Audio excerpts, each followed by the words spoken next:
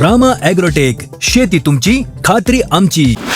नमस्कार शेतकरी मित्रांनो, रामकृष्ण रामा ॲग्रोटेकच्या ऑफिशियल यूट्यूब चॅनलवर सर्व शेतकरी बांधवांचं सहर्ष स्वागत आहे. मी रामा ॲग्रोटेक प्रतिनिधी अमोल सावंत. तसेच शेतकरी मित्रांनो, प्रश्न तुमचे उत्तर आमचे या यूट्यूब चॅनलवर या कार्यक्रमामध्ये सहर्ष स्वागत आहे. मी रामा ॲग्रोटेक प्रतिनिधी अतुल गवळी.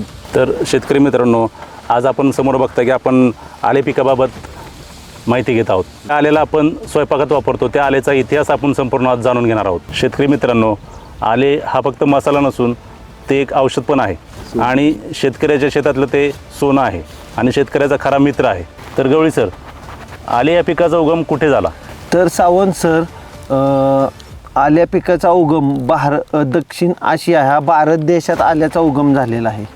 म्हणजे आपण वापरत असलेलं आलं हजारो वर्षापूर्वीचं आहे. हो सावंत साहेब, हे आयुर्वेदामध्ये आलं 5000 वर्षापूर्वी वापरलेलं आहे आणि ह्याला आयुर्वेदामध्ये भरपूर महत्त्व दिलेलं आहे. शेतकरी मित्रांनो, आपण पिकवलेलं आलं भारतातच नव्हे तर पूर्ण जगभरात पोहोचलेलं आहे आणि त्याचं एक जबरदस्त असं महत्त्व आपल्या स्वयंपाकघरात वापरलं जातं. तरी शेतकरी मित्रांनो, आपल्याला जबरदस्त आल्याच्या लागवडीपासून तुम्हाला हार्वेस्टिंग पर्यंत पूर्ण माहिती भेटणार आहे. तरी शेतकरी मित्रांनो, आल्याचे बियाणे कसे निवडायचे आणि लागवड कशी करायची, संगोपन कसं करायचं, पाणी व्यवस्थापन कसं करायचं, या सर्व माहिती तुम्हाला आज आपल्या प्रश्न तुमचे उत्तर आमचे या कार्यक्रमाच्या माध्यमातून भेटणार आहे. शेतकरी मित्रांनो, शेवटपर्यंत व्हिडिओ बघा आणि पूर्ण माहिती जाणून घ्या.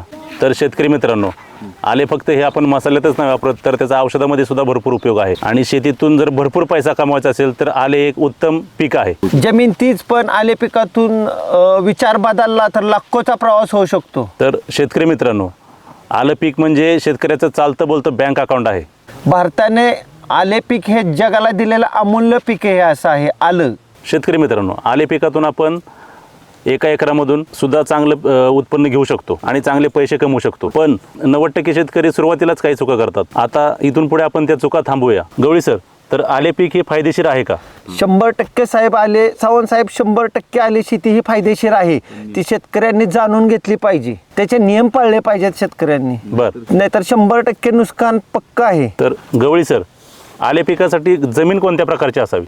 साहेब, सावंत साहेब, जमीन हलकी असावी, निचऱ्याची असावी, तिथं पाणी नाही साठलं पाहिजे. काळे असली तरी चालेल, पण निचरा पाऊस पडला तरी निचरा होणं गरजेचं आहे. पाण्याचा पीएच 5.5 ते 6.5 हा पाण्याचा पीएच असावा जमिनीसाठी.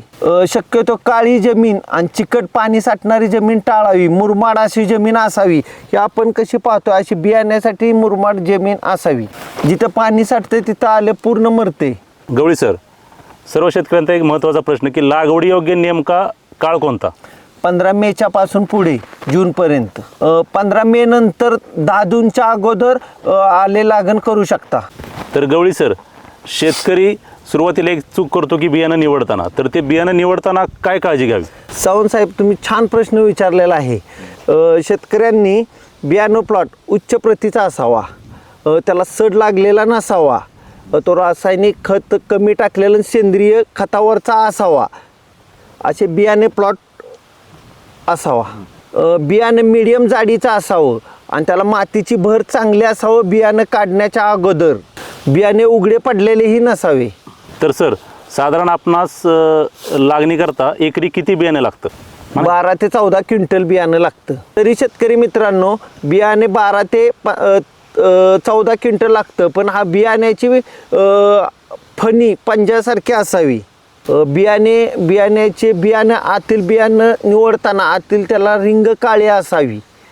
असे बियाणे क्वालिटी बाज असते. ते बियाणं निवडताना बियाण्याला प्लॉटला पाणी कमी पडलेले नसावे. शेतकरी मित्रांनो, गवळी सरांनी आपणास सांगितल्याप्रमाणे आल्याचं बियाणं हे रोगमुक्त असावं, त्यानंतर त्याला पाणी कमी पडलेलं नसावं आणि ते सडलेलं नसावं. अशा प्रकारचं उत्तम लागवडी योग्य बियाणं आपण आपल्या आले शेतीमध्ये वापरू शकता. अजून एक शेतकरी मित्रांनो, महत्त्वाचं तुम्हाला सांगायचं मध्ये, ह्या बियाण्यामध्ये आपण बघतोय तर ह्याला पाणी काढता नाही ना, पाणी कमी पडलेले नसावे. बियाणे हे रसात असावे, मोडल्यानंतर आतमधून रसासारखं दिसावं. त्यामुळे हे उच्च प्रतीचे बियाणे मानले जाते.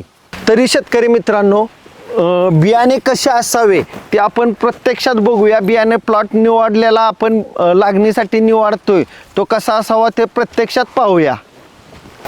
तरी शेतकरी मित्रांनो, हे बियाणे काढायचा प्लॉट चालू आहे, तरी प्रत्यक्षात बघूया आपण.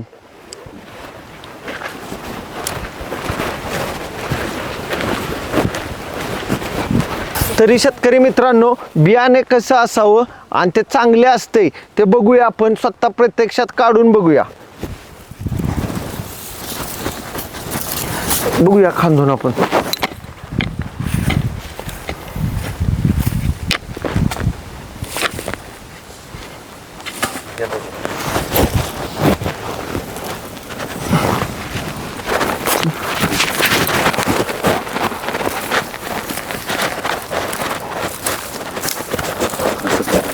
अशा प्रकारे शेतकरी मित्रांनो बियाणं पाहिजे. आणि बियाणं बघताना याची नाकं वगैरे चांगली असावीत. बियाण्याची नाकं आहेत ना, सर घ्या सावंत साहेब तुमच्याकडं.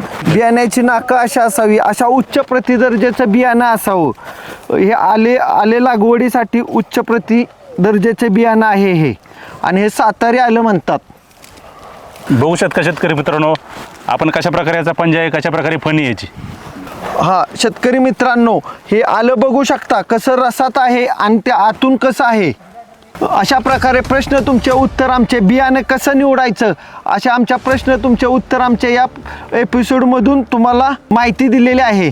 तर शेतकरी मित्रांनो, आल्याविषयी अशी पुढची माहिती आपणास आवश्यक असेल तर पाहायला विसरू नका रामायोटेचा लोकप्रिय कार्यक्रम प्रश्न तुमचे उत्तर आमचे. प्रश्न तुमचे उत्तर आमचे. प्रश्न तुमचे उत्तर आमचे.